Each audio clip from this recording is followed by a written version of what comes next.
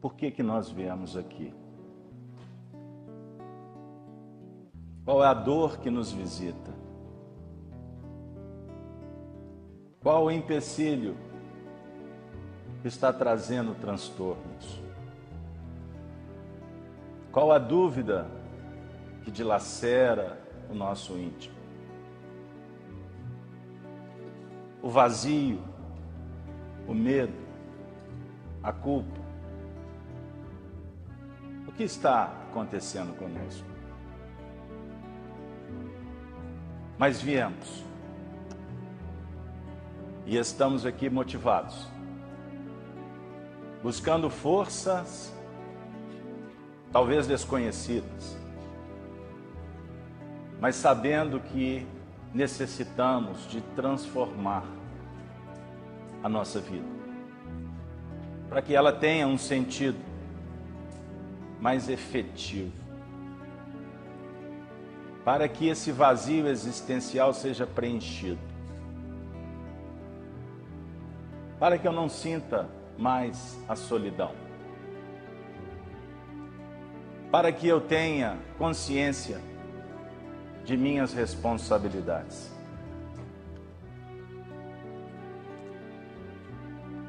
Para que possamos encontrar referências que possam nos inspirar. Obrigado. Vocês são os anjos. Para que a gente possa perceber a beleza da vida.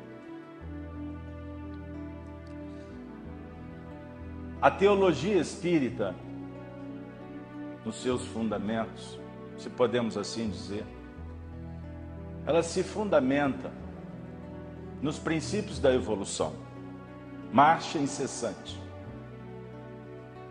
Como indivíduos, vivemos em sociedade para aprendermos uns com os outros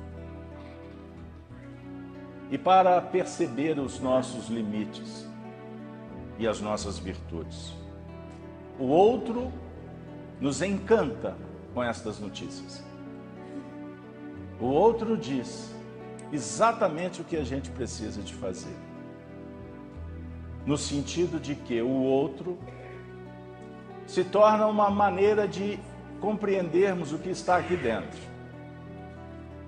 Não que eu vou colocar minha vida na mão dos outros, não é isso.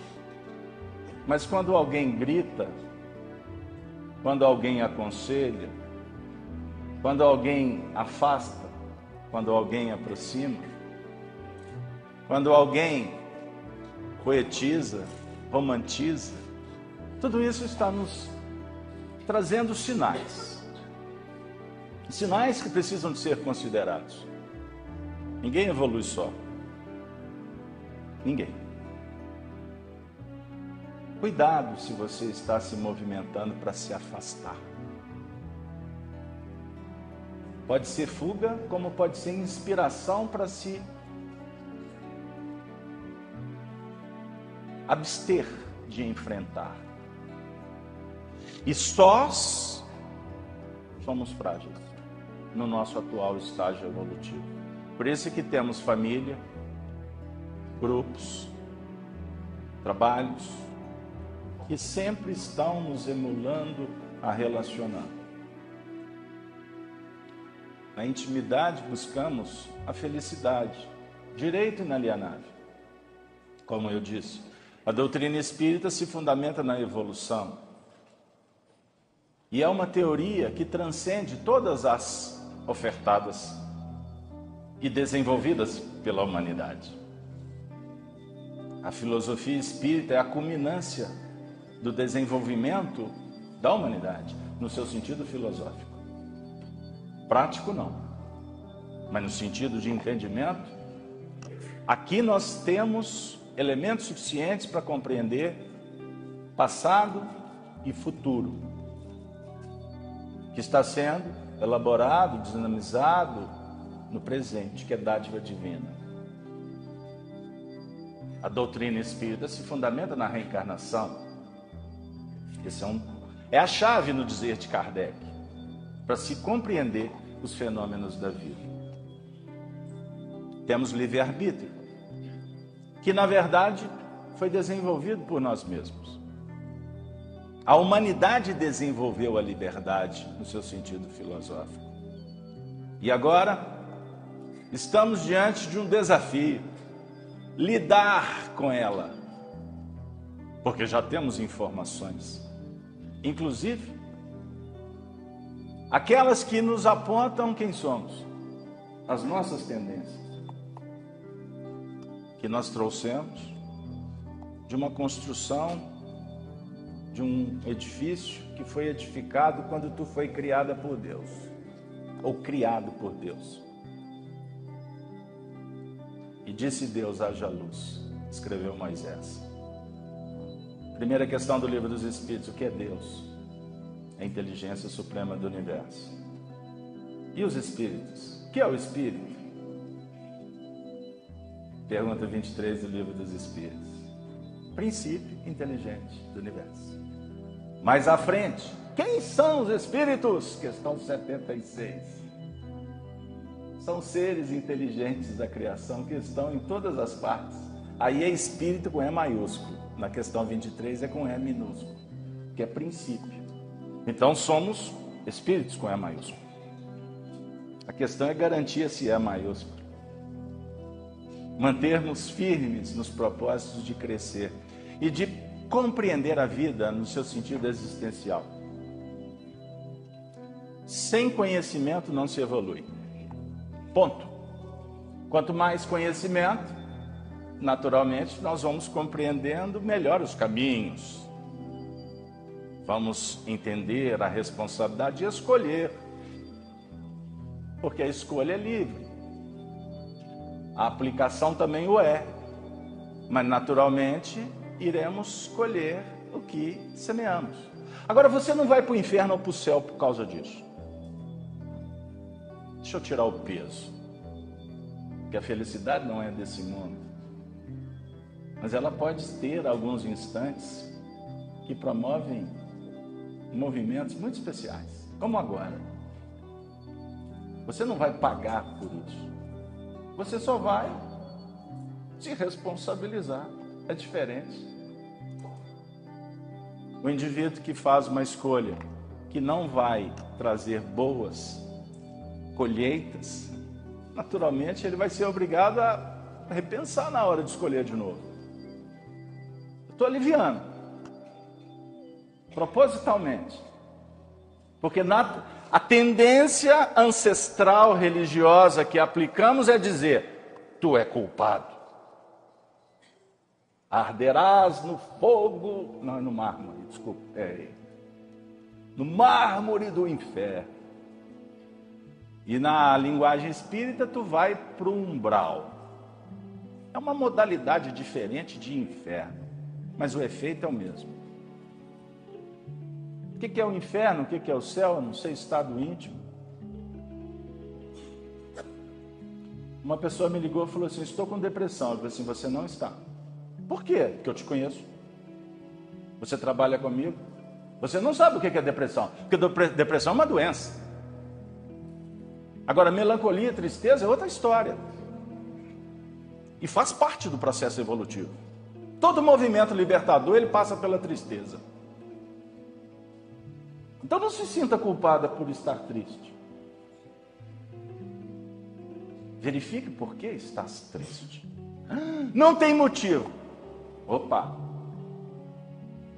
Vamos conhecer um pouquinho. Tem sensibilidade. Pode ser médium. Sem nenhuma alusão mística, transferência de responsabilidade. Mas muitas vezes nós alteramos o nosso humor porque frequentamos instâncias espirituais não muito agradáveis. Já aconteceu de você estar em casa, olhando para a janela, vendo um passarinho e de repente começa a ficar com vontade de chorar e sentir e coloca um drama, surge um fantasma e daqui a pouco lágrimas e lágrimas. Aí você fala assim: mas por que eu estou chorando? Não tem motivo. Por que será? Pode ser N coisas, dentre elas influências espirituais de um espírito que está em sofrimento. Pode? Pode. Como pode também você estar vendo um passarinho e de uma certa forma brota uma realidade escondida no seu arquivo espiritual de uma cena que não foi muito agradável, vivida há muitos séculos atrás. E aquele passarinho, aquela janela, aquele ambiente te fez recordar. Só que você não sabe o quê. A cena não vai se desenvolver claramente, mas o sentimento brota, ok?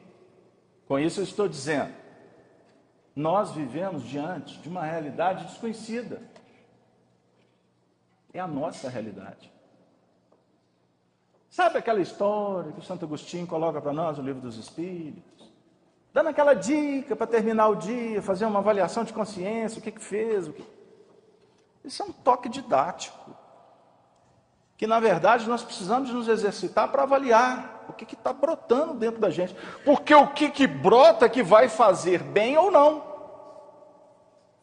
E o que surge compete a mim analisar, filtrar, direcionar, arquivar, deletar, transformar, enfim.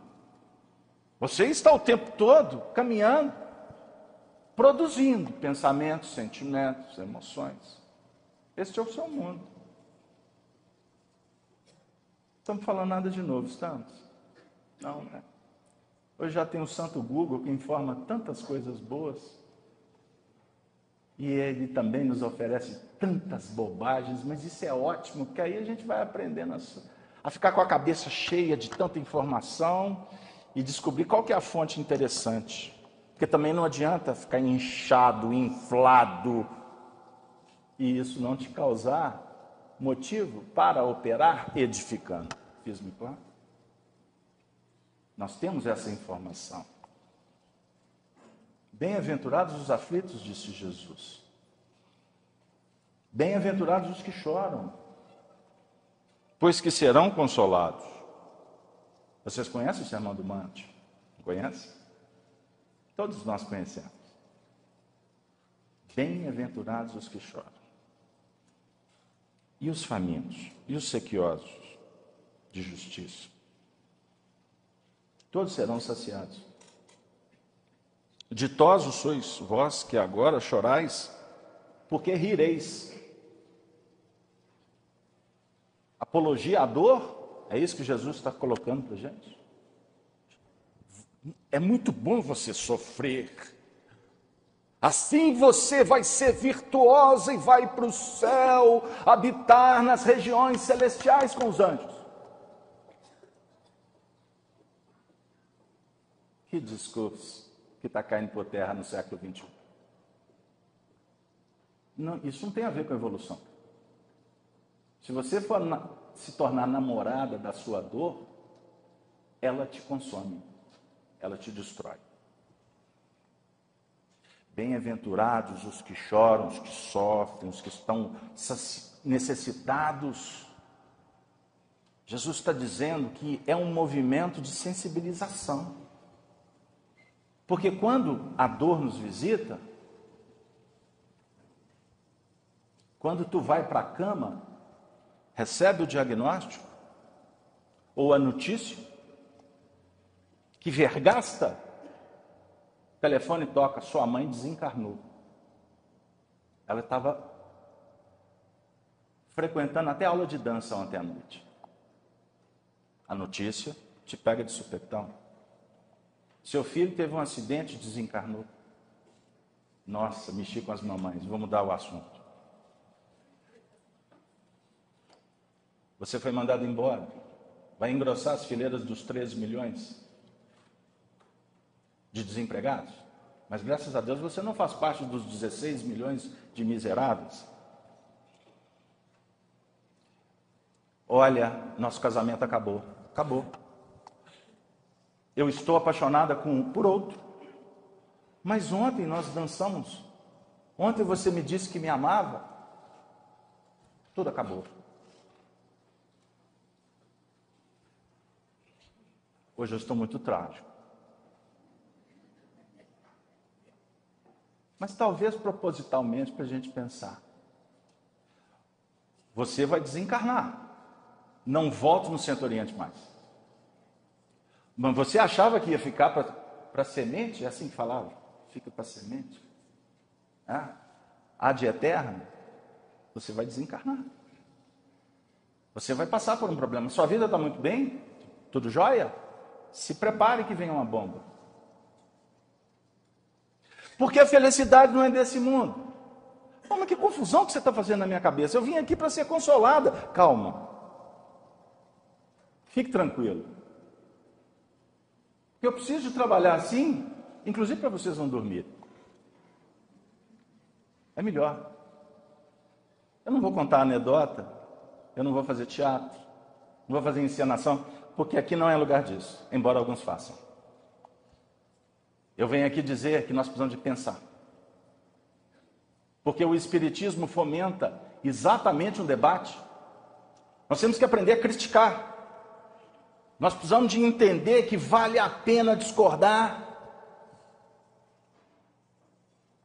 Não aceite tudo de uma forma pronta, fechada. Não seja convencido por qualquer vendedor. Dê trabalho para o vendedor. Diga para ele que você não quer, mesmo que você estiver querendo. Teste a habilidade dele. Teste a habilidade sua.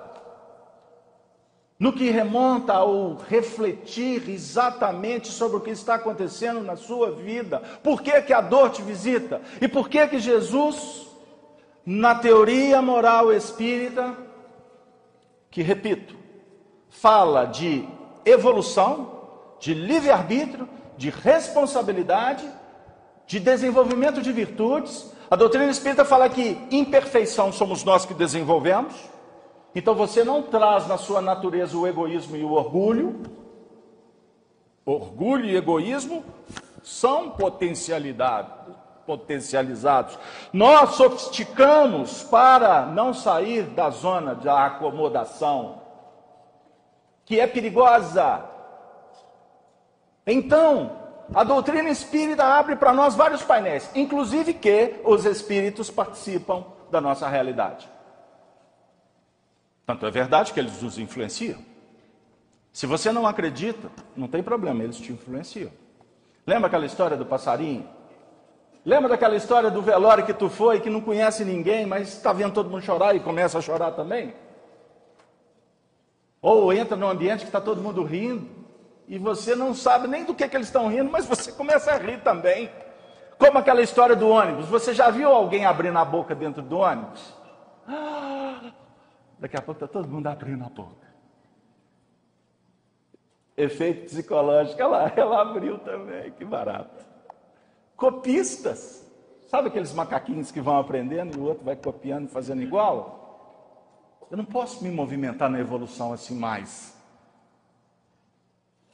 Fechou? Por que que a dor me visita? E por que que a doutrina espírita vem inaugurar uma explicação sobre a realidade do mundo espiritual? Para que eu continue frequentando a necromancia, para que eu continue buscando a lentilha para comer no final de ano para dar sorte, ou colocar roupa amarela porque isso vai me trazer dinheiro, ou colocar uma arrudinha, uma espada de São Jorge, isso vai me trazer felicidade? Vai espantar os agouros maus? Não, isso é infantilidade. A felicidade não é desse mundo. Qual mundo então? Que coisa confusa. Calma. A felicidade não é do mundo das ilusões. Nós espíritas, quando estudamos há muitas moradas na casa do Pai, se não fosse assim, eu vou teria dito, disse Jesus no capítulo 14 do Evangelho de João, no primeiro versículo. Você já escutou essa passagem? Então eu vou contar para você. Não se turbe o vosso coração, porque ele está vendo que tu está chorando. Como ele viu os discípulos atemorizados, porque ele estava anunciando que iria desencarnar. Quando a gente estuda o Evangelho, a gente tem que contextualizar. Entender aonde está e qual o discurso e o porquê. E quem está participando. Então, o capítulo 14 de João é aquele movimento que Jesus se encontra com os discípulos. Na ceia, ele traz os últimos ensinamentos e vai dizer, agora vamos embora. Eu vou para o reino do meu Pai. Eu vou desencarnar. Os discípulos entraram em pânico. Mas, Senhor, o Senhor é tudo para nós. Eles estavam, naturalmente, tomam posse. A gente toma posse fácil, quando nos atende. Quando não serve mais, a gente descarta. Não é assim com o namorado? Não dá para ser assim com a mamãe e com o papai, não é? Porque você não troca de mãe, você troca de pai. Mas a gente troca de marido e mulher com facilidade, não é assim? Mas não dá para trocar de filho, dá? Não dá. Mas na sociedade a gente troca. No Facebook é só bloquear. Deleta. Ou seja, nós operacionalizamos com as pessoas num regime mercantilista e que muitas vezes a gente está comprando, a gente está vendendo, a gente está tomando posse, porque tudo tem que funcionar em torno do meu interesse pessoal. É a chaga. Estudem o Livro dos Espíritos, terceira parte, quando Kardec vai nos explicar sobre o que causa problemas ao homem na Terra é o interesse pessoal, é o egoísmo. Então o egoísmo favorece com que eu tome posse das coisas, até que elas não mais me atendam. Então Jesus, quando vai dizer que vai partir, eles viviam num processo de um mundo muito difícil. E por várias vezes ele disse, meu reino não é desse mundo. Aliás, essa frase célebre ficou registrada, por exemplo, no capítulo 18 de João, no diálogo de Jesus com Pôncio Pilatos. Pilatos perguntou, tu és rei? Estão lembrados? Tu és rei? Tu és rei dos judeus? Ele disse, você está dizendo ou disseram para você? Ele faz um movimento que os filósofos que estudam Sócrates adoram repetir, a chamada maiêutica socrática. A pergunta vem e você devolve a pergunta. Porque, na verdade, o educador promove um chamado parto de ideias. Ninguém aprende só ouvindo, você aprende operacionalizando. E quando você fala, você está acionando os recursos, as suas habilidades, a sua memória e até a intuição. Mecanismos que extrapolam o entendimento cognitivo, racional. Então ele pergunta, foi você? É você que está falando ou falaram para você? O discurso alonga, lá na frente Pilatos torna a dizer que ele estava com medo. Pilatos estava preocupado. Porque Cláudia, sua esposa, disse, não condene esse homem é justo. Estão lembrados da história? Semana Santa passou. Na Semana Santa todo mundo se recorda, depois todo mundo esquece. Mas vamos lá. Aí Pilatos volta com a pergunta, tu és rei? Aí Jesus afirma, tu o dizes agora. Ou seja, agora tu está afirmando. Então agora tu deu um passo. Não está mais só na elaboração. Você está afirmando que eu sou rei. Somos nós que confirmamos. Somos nós que concluímos. Pegaram? Só que nesse mesmo discurso, Pilatos tinha perguntado se ele era rei de verdade. Aí Jesus disse assim, se eu fosse rei nesse mundo, os meus servos estariam pelejando para me libertar. Tinha advogado, os advogados estavam entrando no Supremo Tribunal, querendo habeas corpus, estava acontecendo de tudo. Mas não foi bem isso.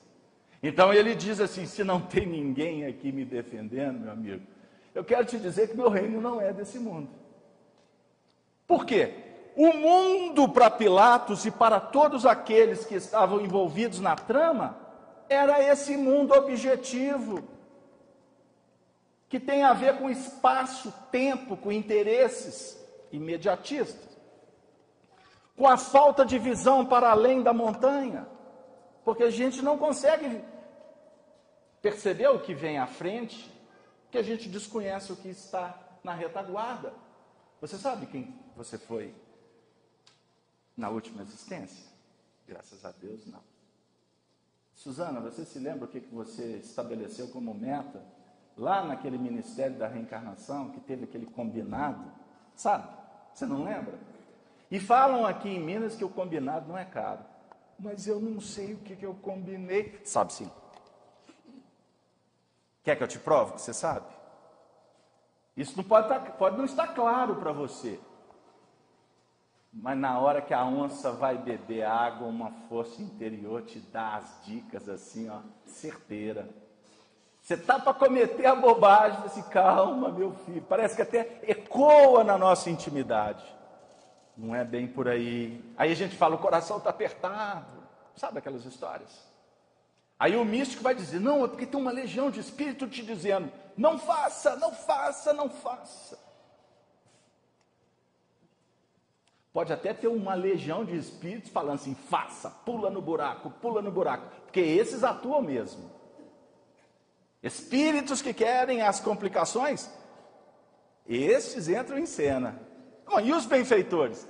Eles só te inspiram, porque eles colocam na sua mão a decisão, o poder de escolher, porque se não for assim, tu não vai aprender. Então como que eu posso imaginar que a Sheila, a benfeitora da casa, venha dizer para os coordenadores o que eles têm que fazer? Não, isso é competência dos dirigentes, dos trabalhadores, tomarem suas decisões, porque assim é que a gente vai tendo a oportunidade de verificar se foi uma boa ou não a escolha. É muito simples. Só que quando nós descobrimos que não foi uma boa aquele caminho que escolhemos, brota em nós a insatisfação, o sentimento de falência, a inibição, a impotência. Gera-se o arrependimento, a dor. E quando invigilantes e inexperientes, instaura-se a culpa, ou melhor, o remorso. Porque uma coisa é o arrependimento, outra é o remorso. Remorso dá aquela ideia de um circuito que vai se fechando. Eis aí um dos pontos nevrálgicos da dor, da infelicidade. E por inabilidade, como nós temos observado nos painéis que o Espiritismo abre na psicologia do Espírito, nós vamos percebendo que nós temos que caminhar com mais calma. E o papel do Evangelho, o meu reino não é desse mundo, a felicidade não é do aqui e agora, não é no sentido de dizer que não devemos ter esperança, que não tem solução. Não. Jesus representa o amor operacionalizado, o amigo presente. Jesus representa para nós o conselheiro, vamos dizer assim, o esclarecedor, o educador, que participa. Ele não simplesmente fica mandando uma mensagem pelo WhatsApp, pelo Face, SMS ou pombo correio. Não. Ele é amigo que está do lado. E ele sempre, quando nós fragilizamos, ele diz assim: vinde a mim, todos vós que estáis cansados e sobrecarregados, que eu vos aliviarei. Tomai sobre vós o meu jugo e aprendei de mim, que sou brando e humilde de coração. Aí encontrareis paz. Porque esse movimento é íntimo. Esse processo todo tem que ser trabalhado na intimidade. Se a gente não procura um conhecimento que nos favoreça, naquele ponto que temos dificuldade, nós vamos ficar igual o cachorro que fica querendo morder o próprio rabo. Você roda e não sai do lugar. Aí dá aquele sentimento: meu Deus, mas tudo que eu faço dá errado. As portas só se fecham para mim. Aí muitas vezes a gente busca comparação com aqueles que estão do nosso lado. Tem alguém assim, poxa, que tudo dele parece que... Aí na sociedade afirmam, né? Este é iluminado. As mãos de Deus o abençoam, porque o que ele faz dá certo. Ele põe a mão, vira dinheiro. Já ouviram coisas assim? Entre as meninas, ela sempre arruma namorado e eu não. Hein? Sabe aquelas historiazinhas lá da antigamente, né? Porque eu não sei como é que é hoje, viu? Se eu preciso de upgrade nesse assunto, vocês me perdoem, mas eu sou da moda antiga, hein? Que se namorava, a época que tinha romance. Hoje não, pegou, o negócio é agora, pegou o quê? Não, eu peguei uma menina. Você, mas e aí? Aí eles vão explicar, agora que eu entendi. Meu Deus, aí pega, fica. Aí eu costumo dizer que fica tanto que vai fincando o pé na lama. No carnaval beija 50.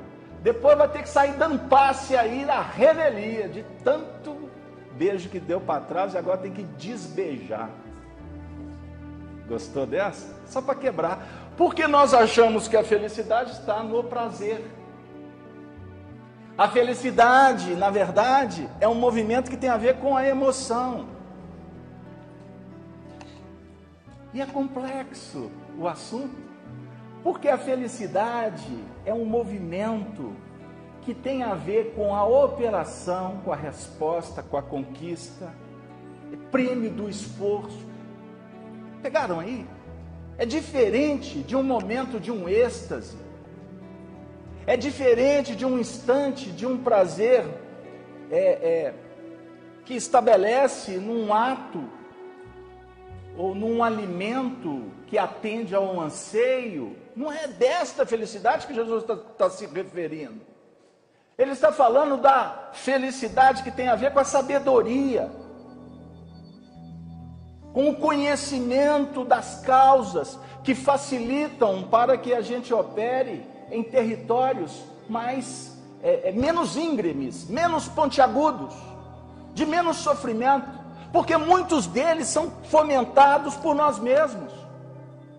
Muitas dores são criadas pela nossa não observância do que é o mais plausível, o mais razoável,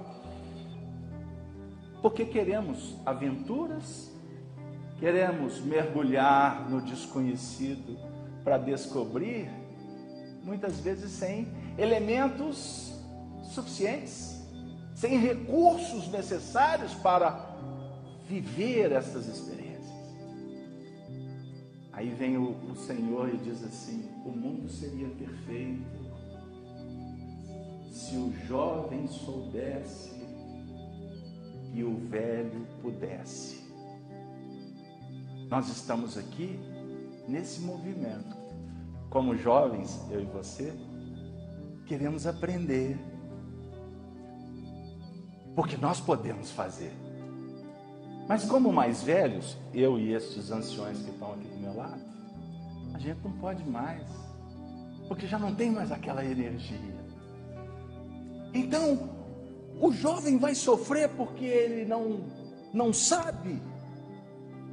O velho vai sofrer porque ele não pode. Isso, na verdade, é uma dicotomia que caracteriza a ignorância total. Porque o jovem está se preparando para edificar, e o velho para verificar o que foi edificado, e acima de tudo ter uma visão mais ampla, porque a vida é perene, ela se eterniza, ela está para além da fronteira do túmulo, como está bem antes do próprio berço, porque somos espíritos imortais. Eis aí um símbolo a ser discutido, trabalhado com muito carinho, a imortalidade da alma, porque a gente vai refletir com os espíritos. Por exemplo, para não cansá-los, vou citar apenas uma questão do Livro dos Espíritos,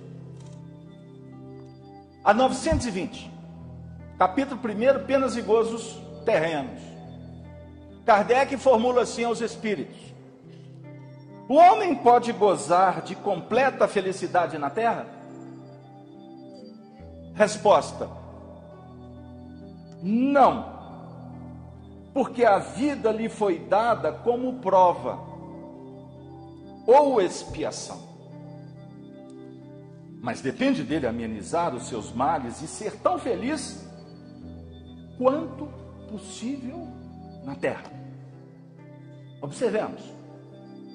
O assunto aqui dessa questão, ele pode tomar várias vertentes, mas ele nos sintetiza o pensamento até aqui agora formulado. A dizer o seguinte: eu não gostaria de ser pragmático e ficar repetindo o que vocês possivelmente já decoraram. Que existe planetas de prova, existe planeta de expiação, existe planetas felizes e etc. Isso é fato. Escala dos mundos, ok? Mas eu vou tentar traduzir, trazendo para as questões práticas, porque senão a gente fica muito na elaboração da crença espírita. O que vem a ser isso? No Espiritismo nós temos a ciência espírita, que desenvolve aspectos que nós podemos entender como óbvios, como claros, como possíveis. E existem outros lances que entram também no espectro de crença. Você acredita porque você está elaborando, mas não é possível a comprovação. Ficou claro? Pois bem, o que é possível provar? A ciência espírita estuda a relação entre os espíritos. Então nós podemos aqui discutir como é a nossa relação com o ser humano, com os seres humanos, porque você é um espírito encarnado. A ciência espírita fala da mediunidade, fala da sua capacidade de percepção. Você pode decodificar pensamentos que te visitam de encarnados. Não é assim com o maridão, quando ele se perde no supermercado? Já sei, ele deve estar por ali. Aí daqui a pouco os dois se encontram, os pombinhos que têm aquela afinidade plena. Já sei o que você pensou, mas deixa eu continuar. Sabe aquela história que você capta o pensamento, daqui a pouco o telefone toca e é a sua irmãzinha que mora lá no Canadá? Olha, pensei em você. Coincidência? Lógico que não é coincidência. Você captou a onda mental e daqui a pouco o telefone simplesmente foi utilizado e vocês fecharam o circuito no campo físico. Então aí aqui a gente pode estar discutindo questões que são razoáveis, que são possíveis, que são muito, inclusive, estimulantes, porque daqui a pouco eu começo a falar sobre essa relação com os espíritos, que é a mesma coisa. Você capta pensamento dos espíritos, os espíritos captam os seus pensamentos. Fechou?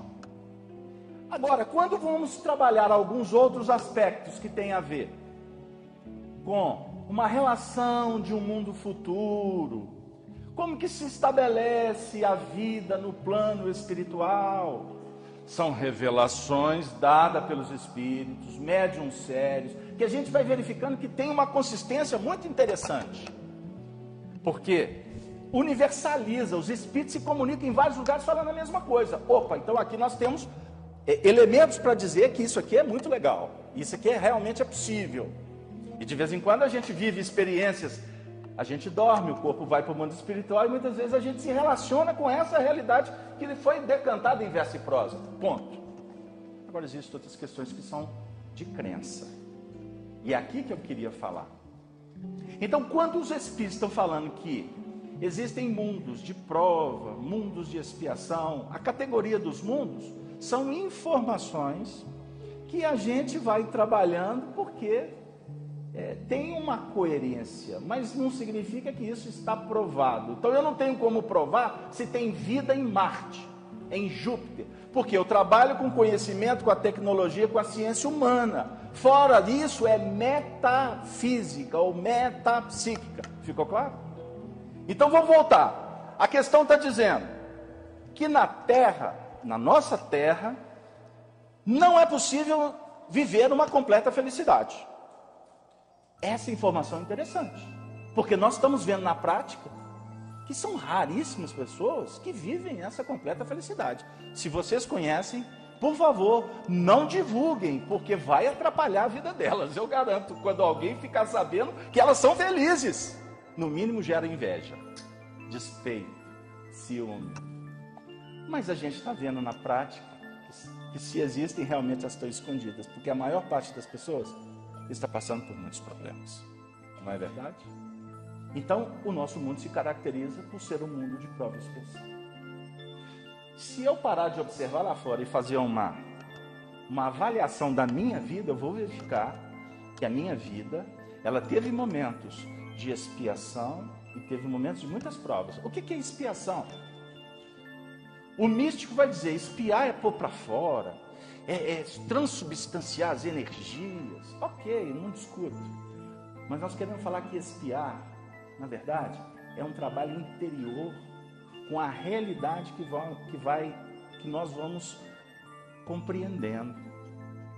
Quando eu não sei, o que eu faço é lei, afirma Paulo de Tarso, em Romanos. Mas quando eu descubro o que eu fiz, muitas vezes o pecado habita em mim. Olha que legal. Então, que pecado é esse? É um termo utilizado na época que define desarmonia, dificuldades. A natureza, quando é agredida, ela não grita? Em busca de se reorganizar? Então, o nosso planeta, por informação dos espíritos, e é muito coerente pensar assim, é um planeta que caminha em busca da regeneração. Vocês já pararam para refletir o que é regenerar? É reconstruir, é reconstituir o que foi danificado. Nós vamos recompor, nós vamos fazer uma reconstrução. Então nós vamos trabalhar a partir do que nós temos, certo? Então um tecido, quando a gente queima, ele vai procurar o organismo regenerá-lo, certinho?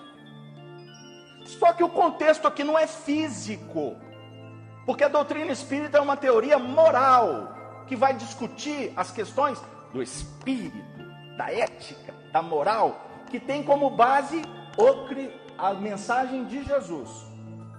Então a mensagem de Jesus, sob o ponto de vista espírita, não é uma mensagem religiosa, no seu sentido ortodoxo, organizado, seita, com práticas, não é nada disso. A moral espírita traz Jesus no seu sentido do desenvolvimento de uma relação que vai favorecendo para que a natureza divina em nós se manifeste, regenere e nos liberte. E com isso nos traga a felicidade. Felicidade, na verdade, ela se mistura com paz. O que é a paz? É o prêmio do bom combate. Então, quando você desconhece, Allan Kardec, no assunto que trata do suicídio, que foi citado aqui anteriormente, ele trabalha nas questões 936 em diante, que quando o espírito está num estágio primitivo, o grau de responsabilidade dele é nulo. Então existe uma chamada nulibilidade moral. Agora, quem conhece e se equivoca, tendo consciência que está criando uma desagregação, uma desarmonia, é natural que o sofrimento se torne algo de muita profundidade, de muita complexidade. Então isso traz uma ideia um pouco mais clara do que vem a ser expiação. O que nós encontramos na sociedade atual? As pessoas se movimentando num projeto de muita expiação. E o que é a prova? É o teste. Você se candidata a melhorar. Você passou pela escola, leu o livro, conviveu com mestres. Você, então, está dizendo assim, agora que eu recebi tudo que eu precisava, está na hora de eu responder as perguntas, as arguições da vida. Então, aonde nós vamos ser provados? Exatamente naquele campo que mais necessitamos de dizer, aqui viemos, certo? Então, cada um recebe de acordo com as suas obras, ou seja, cada um se encontra num lugar, no seu sentido simbólico, em que as lições chegam E ao mesmo tempo, nós temos a oportunidade de operacionalizar com aquele contributo, com aquela lição que eu abracei, com aquele ideal que eu esposei, com aquela causa que eu entendi ser a melhor. Você não abraça a causa do outro, como você não pode tomar o remédio do outro, como você também não vai receber o troféu que compete ao outro. Você está no seu caminho, e este caminho é o melhor caminho, porque não existe um outro caminho que vai te auxiliar tanto no encontro que é a meta de cada um de nós vivenciar nos momentos mais especiais. O encontro com Deus, o encontro divino, é um encontro com você mesmo, é um encontro em que você se sente completo, em que a chama do saber toma uma forma muito especial, que o seu sentimento diz com todas as letras que a felicidade é possível. A felicidade na terra é utópica para quem não acredita nela, porque está dizendo aqui o texto que depende do homem amenizar os seus males. Quais são os nossos males? Como nós temos entendido, são aqueles que nós mesmos chamamos para nós mesmos. Mas alguém pode redarguir dizendo: mas eu faço tudo certinho, eu oro, eu até vou ao centro espírita, eu leio Kardec, mas eu tenho que passar ainda por tantas coisas. Aí a gente, poeticamente, compreendendo a dor que visita, que vergasta, que dói, a gente tem que quebrar um pouco dizendo: se existe o problema, minha amiga, é porque não acabou. Você está no processo. E bem-aventurado aquele que compreende que a felicidade não está apoiada nas ilusões da matéria, que a felicidade mais extraordinária é a do dever cumprido, mesmo sob pena de ter que abrir mão dos seus próprios desejos. Só quem ama compreende o que eu estou falando. Me perdoe, mas só o amor dá sentido a essa teoria. Perguntem para as mães. A mãe representa o amor de Deus na terra. A mãe ama, independente da resposta do filho, porque o amor divino espera. Sabe que enquanto os homens buscam os festejos na terra, Deus os aguarda na sabedoria da misericórdia. Está errado buscar alegria na terra? Não existe nada errado no mundo. Olha o que eu vou dizer. Vou desautorizar tudo que eu falei até agora, viu? Você que gosta. Errado é quem fala que está errado. Está tudo certo. Porque que autoridade que eu tenho para dizer para quem quer que seja que ele está errado? Quem ama pode até compreender. Quem ama sabe que a verdade não é desse mundo, mas ela vem na hora de Deus.